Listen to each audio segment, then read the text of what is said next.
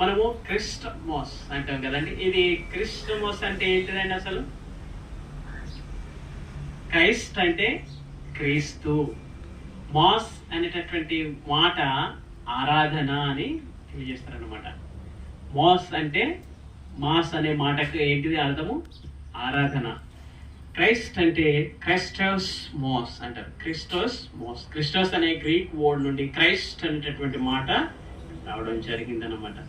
కాబట్టి ఈ ఆరాధన అనేటటువంటిది మరి ఓన్లీ 25th రోజు చేయాలన్నా లేకుంటే రోజు చేయాలా మీ అందరికీ తెలుసు అనుకుంటా.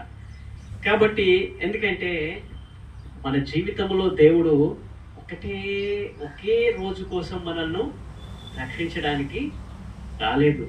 ఈ లోకములో ప్రియమైనటువంటి వారులారా, మరి మనం ఈ లోకములో చాలా మందికి కొన్ని ఇబ్బందులు ఉన్నప్పుడు, మరి ఏదో ఒక వస్తువు మన దగ్గర నుండి పోయినప్పుడు మనం ఏం చేస్తాము?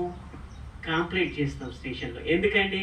ఒక్క రోజు కోసమే, ఒక్క సమస్య కోసం మాత్రమే మనం ఏం చేస్తాము? కంప్లైంట్ చేస్తాం.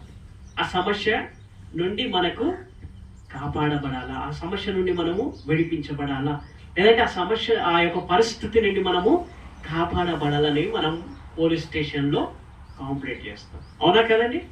కానీ మరి ఈ పాపపు స్థితి నుండి మనము, పాపములో ఉన్నటువంటి మనము, నశించిపోతున్నటువంటి మనము ఈ లోకములో, మరి ఈ లోకానుసారమైనటువంటి జీవితంలో కలిసిపోతున్నటువంటి మానవులను రక్షించడం కోసము యేసు ప్రభుల వారు మరి నీ కోసము, నా కోసము కలవరి శిలువలో మరణించడానికి మరి ఒక మానవుడిగా వచ్చినటువంటి ఈ దినాన్ని బట్టి మనము కాంప్లైంట్ చేయాల్సినటువంటి అవసరం లేదండి.